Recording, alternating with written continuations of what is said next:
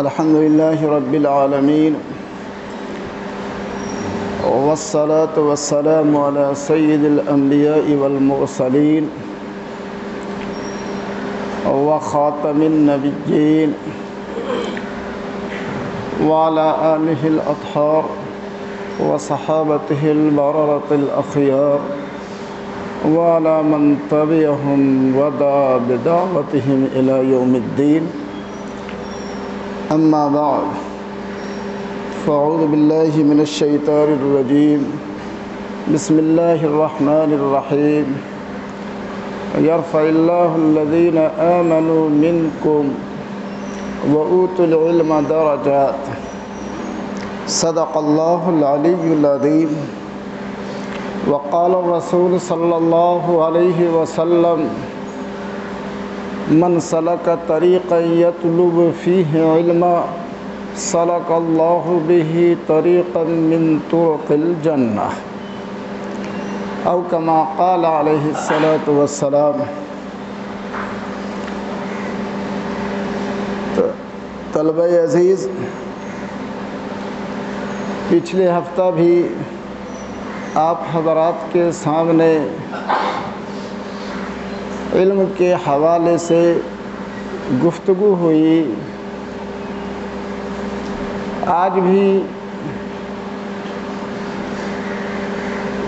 اسی سلسلے میں کچھ روشنی ڈال رہا ہوں. آپ حضرات غور سے سنیں، اپنے ذہنوں میں اسے محفوظ رکھیں، قوم ملت تک بھی علم کا یہ پیغام پہنچائے. بڑی پیاری حدیث آقا صلی اللہ علیہ وسلم نے ارشاد فرمائی: من سلک طریقا یطلب فیہ علما. آپ صلی اللہ علیہ وسلم کو جوامع الکلم عطا کیا گیا. یہ آپ کی خصوصیت تھی کہ آپ کے کلمات میں الفاظ کم ہوتے لیکن معانی اس میں بے شمار مخفی ہوتے. آپ نے فرمایا: من سلک طریقا. آپ جانتے ہیں کہ طریق نکرہ ہے. نکرہ من حیث النکرہ عموم پر دلالت کرتا ہے، تو اس کا مطلب یہ ہوا کہ من سلک طریقہ، جو بھی کوئی راستہ اختیار کرتا ہے، خواہ وہ راستہ دور کا ہو یا وہ راستہ نزدیک کا ہو یا وہ راستہ آسان ہو یا وہ راستہ پرپیچ ہو، مشکل ہو اس پر سفر کرنا، مشکل ہو طے کرنا یا آسان ہو طے کرنا، کوئی بھی راستہ میری امت کا کوئی فرد اختیار کرتا ہے، من سلک طریقہ. آگے آقا صلی اللہ علیہ وسلم نے ارشاد فرمایا: یطلب فیہ علما. اور اس راستے میں سفر کر کے، اس راستے میں چلنے کی غرض یہ ہے کہ یطلب فیہ علما، کہ اس میں وہ علم تلاش کر رہا. علم کو بھی نکرہ لایا گیا. نکرہ من حیث النکرہ عموم پر دلالت کرتا ہے، خواہ وہ علم قلیل ہو خواہ وہ علم کثیر. ایک آیت کا علم ہو یا پورے قرآن کریم کا علم، ایک حدیث کا علم ہو یا جمیع حدیث کا علم ہو، سفر کر رہا ہے، کیا نتیجہ ہوگا؟ متضمن معنی شرط ہوتا ہے، جزا کیا ہے؟ سلک اللہ بہ طریقا من طرق الجنہ. در حقیقت وہ دنیا کے ایک راستے پر چل رہا ہوتا ہے، لیکن یہ وہ راستہ ہوتا ہے کہ یہ راستہ اسے اللہ تک پہنچا دے. یہ ہے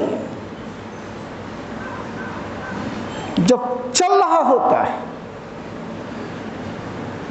فرشتے اس کے اعزاز میں فرشتے اس کی محبت میں لَتَضَعُ أَجْنِحَتَهَا رِضًا لِطَالِبِينَ،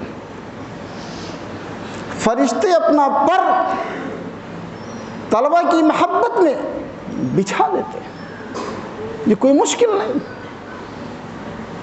آج آپ دیکھتے ہوں گے ایک ملک کا وزیر اعظم یا ملک کا صدر کسی دوسرے ملک میں جاتا ہے،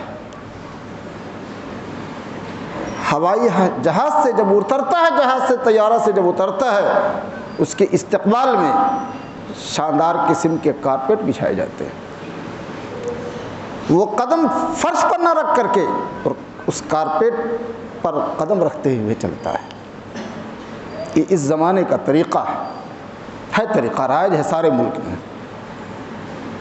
جب یہ چیزیں نہیں تھیں، اس وقت مہمانوں کے استقبال کے لیے راستے میں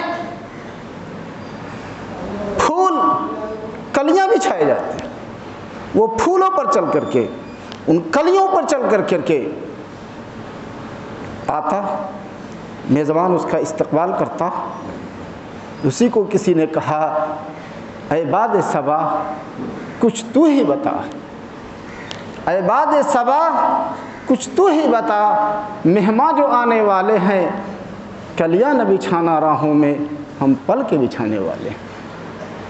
جب آدمی ایک اپنے مہمان کے لیے کلیاں بچھاتا ہے، پلکیں بچھاتا ہے، کارپیٹ بچھاتا ہے، پھولیں بچھاتا ہے، آپ کی نسبت تو بہت اونچی ہے۔ آپ کی نسبت تو اصحاب صفہ سے ہے، آپ کی نسبت تو اصحاب دار ارقم سے ہے۔ آپ کی محبت میں، آپ کے استقبال میں فرشتے اگر پر بچھائے تو یہ کون سی حیرت کی بات ہے؟ آپ کا مقام ہی وہ ہے، اس میں کوئی شک و شبہ نہیں۔ آقا صلی اللہ علیہ وسلم کے زبان اقدس سے نکلے ہوئے کلمات، آپ کے صادق و مصدوق میں کیا کسی کو شک و شبہ؟ یہ ہے آپ کا اعزاز اکرام۔ پھر اتنی ہی نہیں،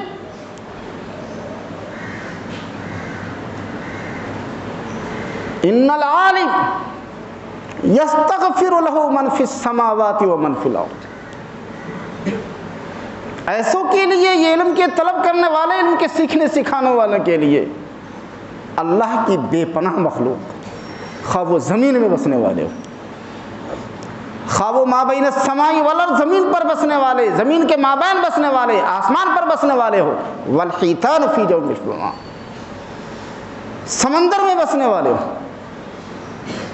کون جانتا سمندر میں کتنی مخلوق ہے؟ کون جانتا زمین و آسمان کے مابین کتنی مخلوقات ہیں؟ اللہ تبارک و تعالیٰ نے زمین پر 70,000 مخلوقات پیدا کی ہے، سمندر میں 70,000 مخلوقات پیدا کی ہے۔ یہ سارے دعا کرتے ہیں، یستغفر لہ من فی السماوات ومن فی الارض والحیتان فی جوف البحر۔ پھر آپ کی فضیلت کی بات کی گئی کہ آپ کو وہ فضیلت حاصل ہے جو 14ویں کے چاند کو تمام ستاروں پر حاصل ہے۔ آپ کو وارث قرار دیا گیا۔ کس کے وارث؟ انبیاء کے وارث۔ انبیاء کے وارث آپ قرار دیے گئے۔ الانبیاء لم یورثوا دینارا ولا درہما، انبیاء کے وارث ہے یہ۔ اور انبیاء لم یورثوا دینارا ولا درہما انما ورثوا العلم۔ پچھلے ہفتہ بتا دیا تھا کہ وارث ہے یہ، لیکن یہ نہیں بتایا گیا کہ اس میں استاد کو اتنا ملے گا، شاگرد کو اتنا ملے گا، نہیں۔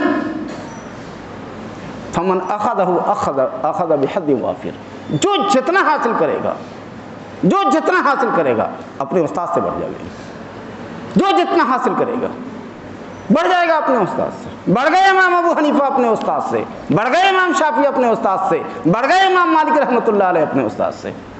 آپ کو یہ بھی کہا تھا، دنیا کی مثالیں تو چھوڑ دیجئے، اساتذہ یہاں پڑھاتے ہیں، ہمارے شاگرد ہیں، لیکن اللہ کا فضل ہے ان کے ساتھ، وہ بھی ایسی کتاب پڑھاتے ہیں جو کتاب میں نہیں پڑھتا ہوں۔ یہ ان کا ذوق، ان کا شوق، ان کی محنت، اور پھر اساتذہ کی دعا۔ تو یہاں یہ نہیں ہے یوصیکم اللہ فی اولادکم للذکر مثل حظ الانثیین، بیٹا کو اتنا ملے گا، بیٹی کو اتنا ملے گا، طے نہیں ہے کہ استاد کو اتنا ملے گا، شاگرد کو نہیں اتنا ملے گا، جو جتنا محنت کرو اتنا حاصل کر لے گا۔ آپ اپنے اندر ذوق تو پیدا کریں، شوق تو پیدا کریں۔ پھر آگے آقا صلی اللہ علیہ وسلم نے ایک موقع پر فرمایا خیرکم من تعلم القرآن وعلمہ،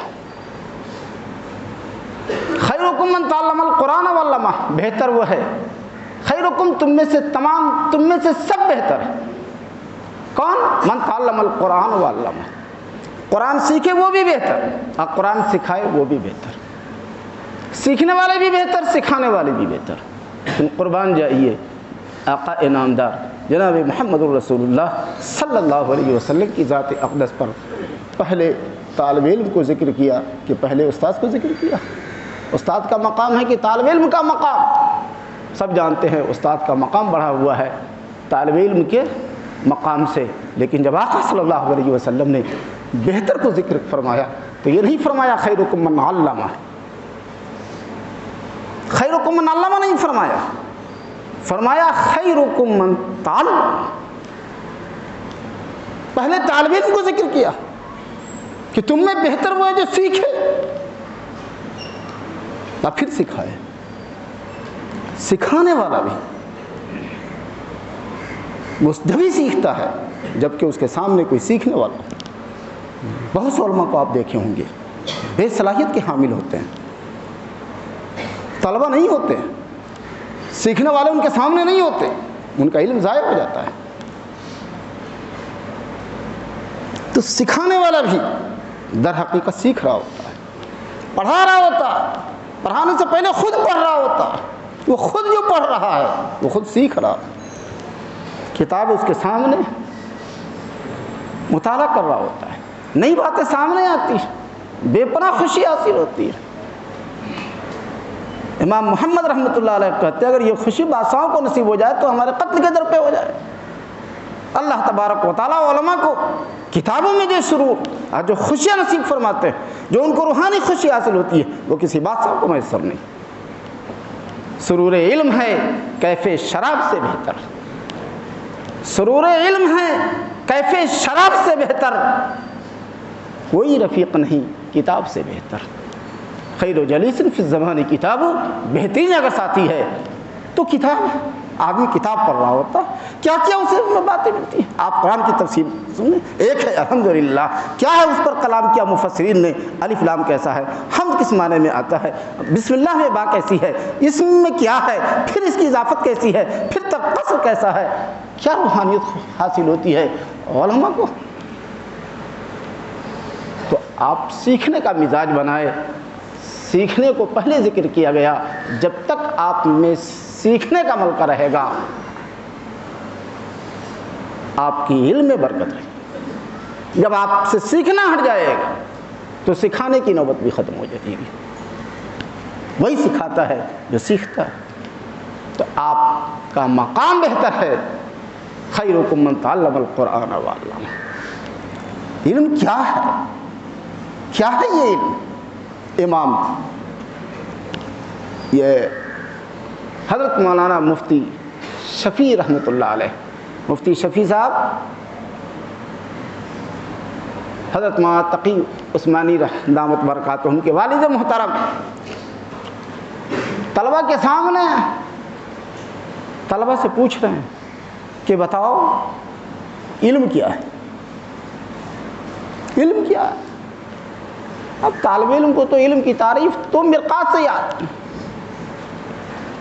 حضرت علم کے لغوی معنی پوچھ رہے ہیں، اصطلاحی معنی پوچھ رہے ہیں۔ علم کے لغوی معنی جاننا، ادراک کرنا، پہچاننا، اصطلاحی معنی تو بے پناہ ہے۔ بعد نے لکھا الصورۃ الحاصلۃ فی الشیء عند العقل، بعد نے کہا حصول الصورۃ فی الشیء، حصول الصورۃ الشیء فی العقل، حصول الشیء فی العقل، اور ایسے الحاضر عند المدرک۔ امام ابو حنیفہ رحمۃ اللہ علیہ نے علم کی تعریف کیا جو فقہ پر بھی صادق آتی ہے، معرفت النفس ما لہا و ما لہا، یا مختلف تعریف کر رہا ہوں۔ حضرت مفتی شفیع صاحب علیہ الرحمہ نے کہا اس میں سے کوئی علم کی تعریف نہیں ہے جو تم لوگ کر رہے ہو۔ طلبہ نے کہا کہ پھر کیا ہے؟ کیا ہے؟ مفتی شفیع صاحب علیہ الرحمہ نے کہا سنو، علم وہ نور ہے، علم وہ نور ہے کہ جب انسان کے سینے میں آتا ہے تو اس کو عمل پر مجبور کر دیتا ہے، اس کے دل کے اندر ایک آگ سی لگا دیتی ہے جو اس کو عمل پر مجبور کر دیتا ہے۔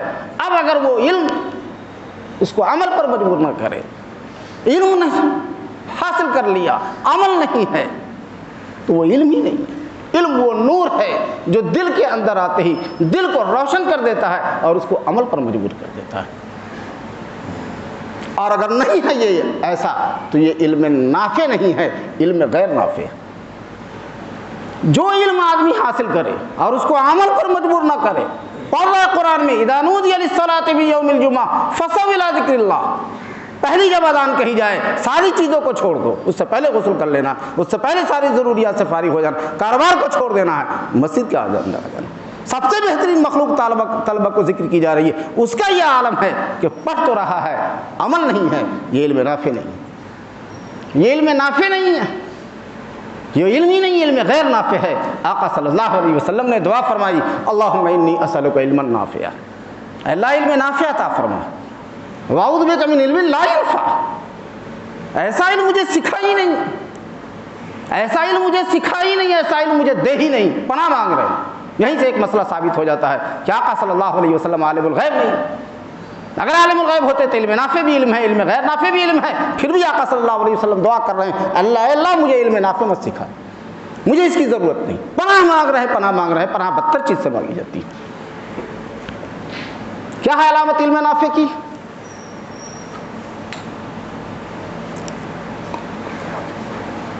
بزرگوں نے 3 علامتیں لکھی ہیں علم نافع کی، جو علامتیں ہیں وہ 3 علامتیں، اگر 3 علامتیں آپ کے اندر پائی جا رہی ہے تو سمجھیں کہ اللہ آپ کو اپنی معرفت نصیب فرما رہا ہے، آپ کو علم نافع عطا ہے، اور اگر نہیں ہے وہ 3 چیزیں تو سمجھ لیں کہ آپ میں علم نافع نہیں ہے۔ تینوں چیزیں ہونا ہے۔ ایک علم نافع وہ ہے کہ اس سے عمل کی توفیق مل جائے، عمل پر وہ مجبور ہو جائے، عمل کرنے لگے۔ اگر نہیں عمل کر رہا ہے تو وہ علم نافع نہیں۔ پہلی چیز عمل کی توفیق مل جائے، علم نافع ہی عمل کی توفیق آ جاتا ہے۔ امام اعمش رحمۃ اللہ علیہ بہت بڑے محدث، امام ابو حنیفہ کے استاد، کہتے ہیں 70 سال ہو گیا میری تکبیر تحریمہ نہیں چھوٹی۔ وہ سعید ابن مسیب کہتے ہیں آج 40 سال ہو گئے، مؤذن حی علی الصلاۃ بعد میں کہتا ہے میں مسجد میں پہلے ہوتا ہوں۔ وہ ہے علم میں نافع کہ پہلے اس سے عمل کی توفیق ہوتی ہے۔ دوسرے خوف خدا پیدا ہوتا ہے، تنہائی میں بھی ہو، خلوت میں ہو پھر بھی اللہ کا خوف، جلوت میں بھی ہو پھر بھی اللہ کا خوف، خلوت و جلوت ہی افضل ہے۔ امام حضرت عبداللہ ابن مسعود رضی اللہ تعالیٰ عنہ گزر رہے باغ سے، چرواہا سے بکری چرا رہا، کہا ایک دے دو بکری، کہا نہیں مالک نے منع کر رکھا ہے، کہا تمہیں قیمت دے دیتا ہوں، مالک سے کہنا بھیڑیا کھا گیا ہے، کہا مالک سے تو کہہ دوں گا لیکن مالک کے مالک کو کیا دکھاؤں گا۔ حضرت عبداللہ ابن مسعود کہتے یہ ہے خوف خدا کا، خلوت میں بھی اللہ کا خوف، جلوت میں بھی اللہ کا خوف۔ تیسری چیز ہے، تیسری جو چیز ہے کہ جب انسان کے اندر علم نافع پیدا ہوتا ہے، علم نافع آ جاتا ہے تو اس کے اندر خیر خواہی آ جاتی ہے۔ کسی کو دیکھتا ہے دین حق سے ہٹا ہوا طرف اٹھتا ہے، قوم و ملت کا درد اس کے اندر پیدا ہوتا ہے۔ خنجر چبھے کسی کو تڑپتے ہیں ہم امیر، سارے جہاں کا درد ہمارے جگر میں۔ اب ان کے اندر قوم کی فکر پیدا ہو جاتی ہے، اصلاح کی فکر پیدا ہو جاتی ہے۔ حضرت عبداللہ ابن مسعود رضی اللہ تعالیٰ عنہ، حضرت عبداللہ ابن عباس رضی اللہ تعالیٰ عنہ، حبر الامت، ترجمان القرآن، کسی نے کہا آپ کی عمر 18 سال، سامنے جو زانوے طلب مستحق کر رہا ہے وہ 68 سال کے، آخر کیا بات؟ وہ کہتے ہیں بات اصل یہ ہے کہ 3 باتیں ہیں. ایک تو میرے ساتھ اللہ کا فضل ہے, میرے ساتھ اللہ کا فضل ہے, ذالک فضل اللہ یؤتیہ من یشاء. دوسرے نبی کی دعا میرے ساتھ ہے, نبی کی دعا میرے ساتھ ہے. نبی نے مجھے دعا دی تھی, اللہم فقہہ التاویل, اللہم علمہ التاویل وفقہہ فی الدین. اللہ تفسیر کا علم عطا فرما, دین میں فقاہت نصیب فرما. نبی کی دعا میرے ساتھ شامل ہے. تیسری چیز جو انہیں بتائی کہ خدا کا فضل ہے, میرے اندر قوم ملت کی خیرخواہی بہت زیادہ ہے. میرے سامنے جو بھی طلبہ پڑھتے ہیں, سبق شروع ہونے سے پہلے میں اللہ سے دعا کرتا ہوں, اے اللہ ان سارے طلبہ کو مجھ سے بہتر بنا دے, ان سارے طلبہ کو مجھ سے بہتر بنا دے. یہ ہے قوم ملت کی خیرخواہی. علم نافع آتا ہے تو خیرخواہی پیدا ہو جاتی ہے, اور علم نافع نہیں ہے تو پھر تو کمثل الحمار یحمل اسفارا. علم تو شیطان کو بھی تھا. شیطان بہت بڑا عالم, شیطان بہت بڑا عابد, شیطان بہت بڑا عارف, اللہ کو پہچاننے والا.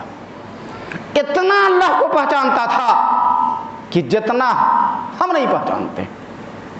شیطان کو اللہ راضی درگاہ کر رہا ہے. ہمارا عالم تو یہ ہے کہ جس وقت آدمی ناراض ہوتا ہے ہم یہ کہتے ہیں کہ اس وقت ناراض ہے, اس سے مت مانگو, یہ غصے کے عالم میں ہے, نہیں دے گا. شیطان کی معرفت کا یہ عالم ہے کہ شیطان راضی درگاہ ہو رہا ہے. اللہ کہہ رہا ہے فخرج فإنک رجیم. اس وقت بھی دعا کر رہا ہے شیطان, ربی انظرنی الی یوم یبعثون, اور اس کی دعا قبول ہو رہی ہے. مفسرین لکھتے ہیں یہ اس کی معرفت تھی. وہ یہ جانتا تھا, اللہ کو پہچانتا تھا کہ اللہ اس قدر غفور ہے, اس قدر رحیم ہے کہ اگر اللہ سے مانا جائے تو اللہ کا غصہ بھی دیتے میں حائل نہیں ہوتا, وہ بیچ میں نہیں آتا. لیکن نہیں, عشق نہیں تھا, اللہ سے محبت نہیں تھی. طلبہ عزیز ہم محنت کریں, علم حاصل کریں, علم نافع کی کوشش کریں. ہم دعا کریں اللہم انی اسألک علما نافعا. آقا صلی اللہ علیہ وسلم نے دعا فرمائی. اس کے ساتھ زندگی میں یہ جد بنا لیں, دعا کا التزام کر لیں. آقا صلی اللہ علیہ وسلم کو اللہ نے سکھایا, قل, آپ دعا کریں ربی زدنی علما, ربی زدنی علما. پتہ چلا علم سے بڑھ کر کے کوئی چیز نہیں بہتر. اگر علم سے بڑھ کر کے کوئی چیز ہوتی تو آقا صلی اللہ علیہ وسلم کو وہ دعا سکھائی جاتی کہ آپ وہ دعا کر لیں. لیکن اگر سکھائی جا رہی ہے تو دعا سکھائی جا رہی ہے ربی زدنی علما. آپ کہہ دیجئے اے اللہ, دعا کیجئے اے اللہ میرے علم میں اضافہ فرما. علم ہر حال میں خیر ہے. مال اگر زیادہ ہو جائے تو ایک مصیبت, علم زیادہ ہو جائے تو اللہ کا مزید سے مزید فضل ہے. دعا کریں آپ, اس دعا کا التزام آپ فرض نماز میں کریں. جہاں فرض نماز میں دعا کرتے اللہم انی ظلمت, وہاں اس دعا کو ضرور کریں اللہم انی ربی زدنی علما. قل نہ کہے, صرف کہے ربی زدنی علما. نفل پڑھے اس میں دعا کریں ربی زدنی علما. سنن پڑھے اس میں دعا کریں, ہاتھ اٹھائے تو اس میں یہ دعا پڑھیں, کتاب کا مطالعہ کرنے لگے تو اس وقت یہ دعا کریں ربی زدنی علما, ربی زدنی علما. آپ دعا کریں, اس کا التزام کریں دعا کا. یہی وہ دعا ہے, یہی وہ علم ہے, یہی وہ علم ہے کہ طریقہ من طرق سلک اللہ بہ طریقہ من طرق الجنہ. اللہ تعالیٰ اس علم کی برکت سے, اس علم کی برکت سے پہنچا دے گا آپ کو جنت تک, اپنے تک کھینچ لے گا. اسی علم سے ایمان اللہ کی معرفت حاصل ہوگی, اسی علم کی برکت سے خاتمہ بالخیر نصیب ہوگا.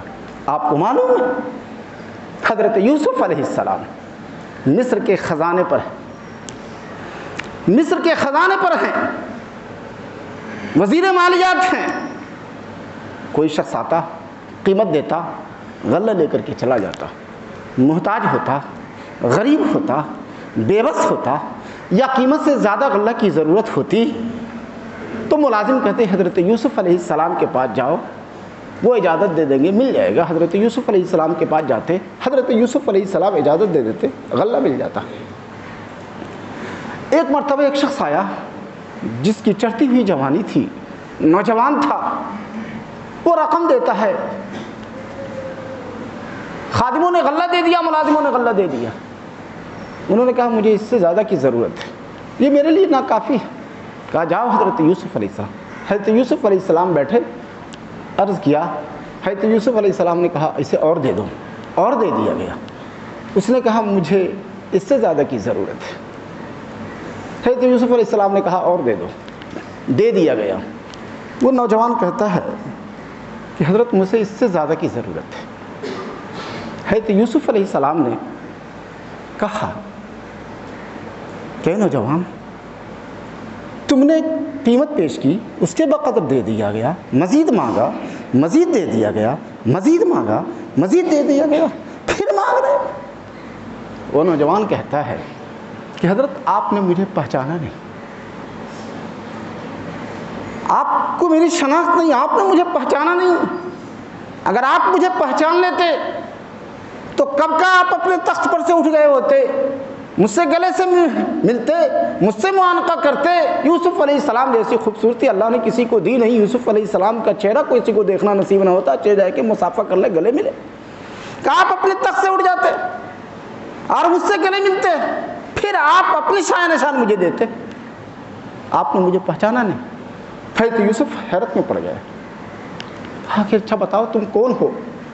کہا میں آپ کو بتاتا ہوں. ایک وقت تھا کہ زلیخا نے آپ کو بند کیا تھا، برائی پر آمادہ کیا تھا. آپ بھاگے فاستقل الباب، آپ باہر نکل گئے. آپ پر زنا کا الزام لگ رہا ہے، زنا کی تہمت لگ رہی ہے. کسی بچے نے آپ کو پاک قرار دیا تھا زنا سے، کسی بچے نے آپ کو پاک قرار دیا تھا. ان کان قمیصہ قد من قبل فصدقت وهو من الكاذبین وان کان قمیصہ قد من دبر فکذبت وهو من الصادقین. کہ ان کی قمیص دیکھو، آگے سے پھٹی ہے کہ پیچھے سے پھٹی ہے. آگے سے پھٹی ہوگی تو یوسف کی غلطی ہوگی، پیچھے سے پھٹی ہوگی تو زلیخا کی غلطی ہوگی. آپ کی قمیص پیچھے سے پھٹی تھی، آپ کو پاک قرار دیا گیا. آپ کو معلوم ہے کسی بچے نے شہادت دی تھی؟ کہا ہاں بچے نے شہادت دی تھی. کہا وہ بچہ میں ہی ہوں، وہ بچہ میں ہی ہوں. زمانے کا ستایا ہوا ہوں، حالات سے مجبور ہوں، آپ کے سامنے ہاتھ پھیلا رہا ہوں، آپ کو دینے میں تکلف ہو رہا ہے. یہ سننا تھا کہ حضرت یوسف علیہ السلام تخت پر سے اٹھتے ہیں، اس جوان کی پیشانی کو چومتے ہیں، اس کو اپنے سینے سے لگاتے ہیں، آپ پھر حکم دیتے ہیں کہ اس قدر مال اسے دے دو. بے پناہ مال دیتے ہیں، بے پناہ مال دیتے ہیں. اور مال دینے کے بعد خادموں سے کہتے ہیں سواری پر اس کو رکھو اور اس کو گھر تک پہنچا دو، اس کو بھی سواری پر بیٹھاؤ، ایسے گھر تک پہنچا دو. وہ جب شخص جا رہا ہوتا ہے کہ حضرت جبریل آسمان سے تشریف لاتے ہیں، پوچھتے ہیں کہ اللہ نے بھیجا ہے آپ کو، ایک نوجوان کا آپ نے اس قدر اعزاز اکرام کیوں کیا؟ ایک نوجوان کا آپ اعزاز اکرام اس طرح کر رہے ہیں. کہا ہاں وہ اس لیے کہ وہ بچہ تھا وہ کہ زلیخا نے مجھ پر زنا کا الزام لگایا تھا، اس بچے نے شہادت دے کر کے مجھ کو پاک قرار دیا تھا، مجھ کو تہمت سے پاک قرار دیا تھا. مجھے جب معلوم ہوا کہ یہی وہ نوجوان ہے، میرا دل چاہا کہ میں اس کو اپنی شان نشان دوں اپنے مطابق. اس وقت کہا اللہ نے کہا ہے کہ میرے پیغمبر سے کہہ دو کہ اے میرے پیغمبر، جس نے آپ کو پاک قرار دیا اس کو تو آپ نے اپنے شایع نشان دیا. آپ گواہ رہیں، آپ گواہ رہیں. کل قیامت کے دن جو بندہ بھی اس حال میں آئے گا کہ مجھ کو شرک سے پاک قرار دیا ہوگا، ایمان لے کر کے آئے گا، میں بھی اس کو قیامت کے دن اپنے شایع نشان دوں گا. تو یہ حاصل ہوگا کیسے؟ اسی علم کے ذریعے. اس لیے آقا نے فرمایا سلک اللہ بہ طریقا من طرق الجنہ، یہ راستہ ہمیں وہاں تک پہنچا دے گا. ہم حاصل کریں علم. ان العلم غیور جتا، علم بہت زیادہ غیرت مند ہے. علم بے پناہ غیرت مند ہے. غیرت کہتے ہیں کس کو؟ آپ سب جانتے ہیں. غیرت کہتے ہیں کسی کا نجی حق ہو، کسی کا اپنا ذاتی حق ہو، اپنے ذاتی حق میں غیر کی شرکت وہ گوارا نہیں کرتا. بیوی سے سنتا اس کا ذاتی حق ہے، وہ یہ نہیں چاہتا کہ اس میں بھی کوئی غیر کی شرکت ہو جائے، شرکت گوارا نہیں کرتا. یہ ہے غیرت. کہ آدمی اپنے حق میں غیر کی شرکت کو گوارا نہیں کرتا، علم بھی چاہتا ہے کہ آدمی مجھ کو حاصل کرنے والا یکسوئی اختیار کرے، اس میں دوسرے کو شریک نہ کرے، وہ محنت کرے، اجتہاد کرے، یکسو رہے، اگر نہیں تو علم اس کو حاصل نہیں ہوتا۔ ان العلم غیر جدا لا یؤتیک بعض حتی تؤتیک اللہ، علم سب سے زیادہ غیرت مند ہے، اپنا تھوڑا سا بھی حصہ نہیں دے گا اس وقت جب تک کہ تم پورے طور پر اپنے کو علم کے حوالے نہ کرو۔ تو آپ وقت کی قدر کریں، آپ اپنے مقام کو پہنچے، آپ کو نماز کے لیے پٹائی لگے، فرشتے جس کے لیے پڑھ بچھائے اس پر چھڑی اٹھائی جائے، یہ آپ کا مقام، آپ سزا دینے کے لائق اور آپ کو سینے سے لگانے کے لائق، آپ کو مدرسے کی عزت، آپ کو اساتذہ کی عزت و آبرو، آپ کو اساتذہ کی امید، آپ کو سمجھانے کی ضرورت پڑے، آپ کے اخلاق کو سدھارنے کی ضرورت پڑے، یہ تو بے غیرتی ہوگی۔ آپ اپنے اندر علم کا ذوق پیدا کریں، علم کا شوق پیدا کریں، حاصل کریں علم، اور دعا کرتے رہیں اے اللہ ہمیں علم نافع عطا فرما۔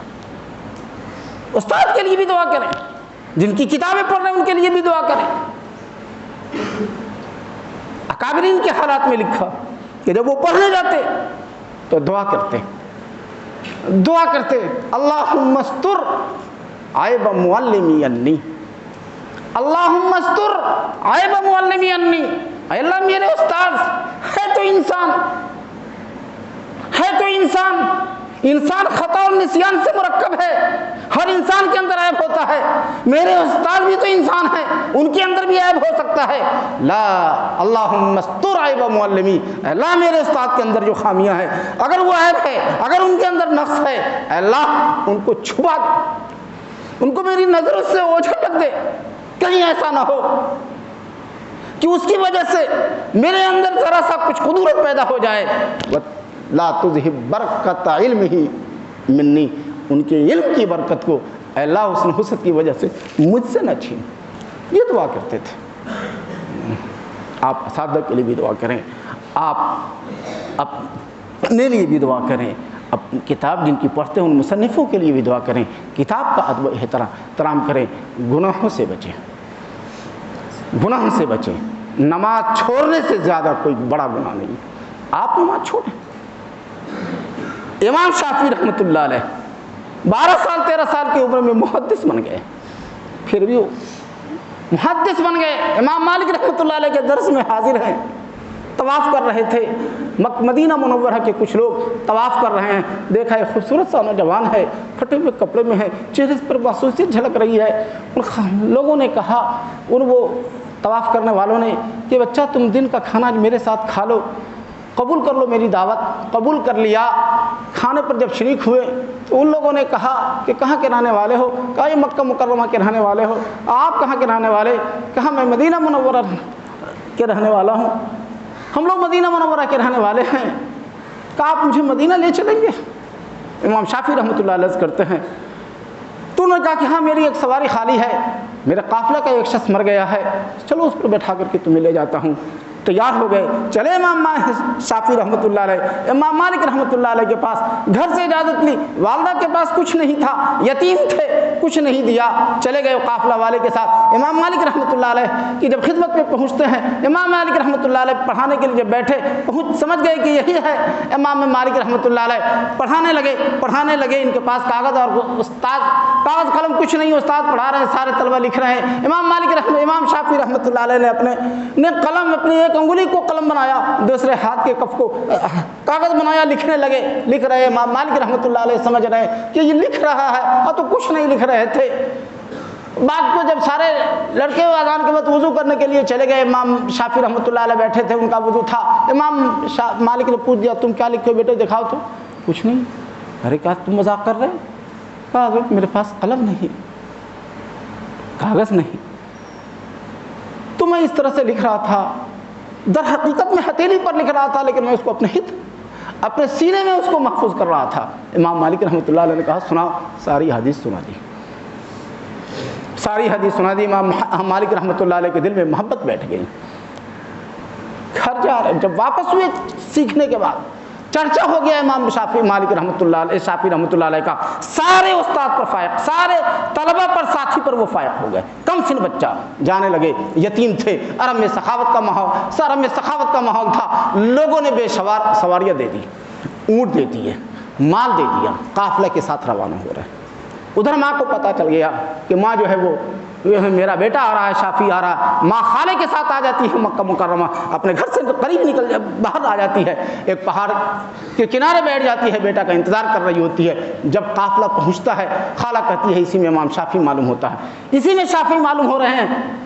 ماں کہا کہ اس میں کیسے شافی ہوں گے، تو قافلہ ہے۔ امام شافی جب حاضر ہوتا ہے دیکھتے ہیں کہ ماں بیٹھی ہوئی ہے، اٹھتے ہیں، طرف کر کے ماں کا جو ہے وہ بوسہ لیتے ہیں، استقبال کرتے ہیں، سلام کرتے ہیں، ماں گردن جھکائی، ماں خوش نہیں ہے۔ وہ امام شافی رحمۃ اللہ علیہ کی ماں جلسے کے بعد بیٹے کو دیکھ رہی ہے، قافلے کے ساتھ دیکھ رہی ہے، خوش نہیں۔ کہا بیٹا تم کیا کر رہے ہیں؟ کہا ماں کیوں خوش نہیں ہے؟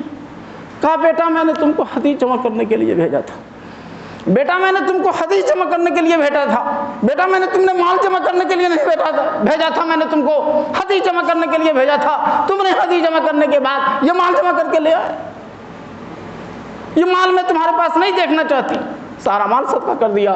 ماں کے سینے سے لگا، پھر گئے امام شافعی رحمۃ اللہ علیہ۔ وہ امام شافعی رحمۃ اللہ علیہ استاد سے کہہ رہے ہیں کہ مجھے یاد نہیں ہو رہا ہے، یاد کا یہ عالم ہے۔ تو انہوں نے کہا شکوت الی وکیع سوء حفظی فاوصانی الی ترک المعاصی۔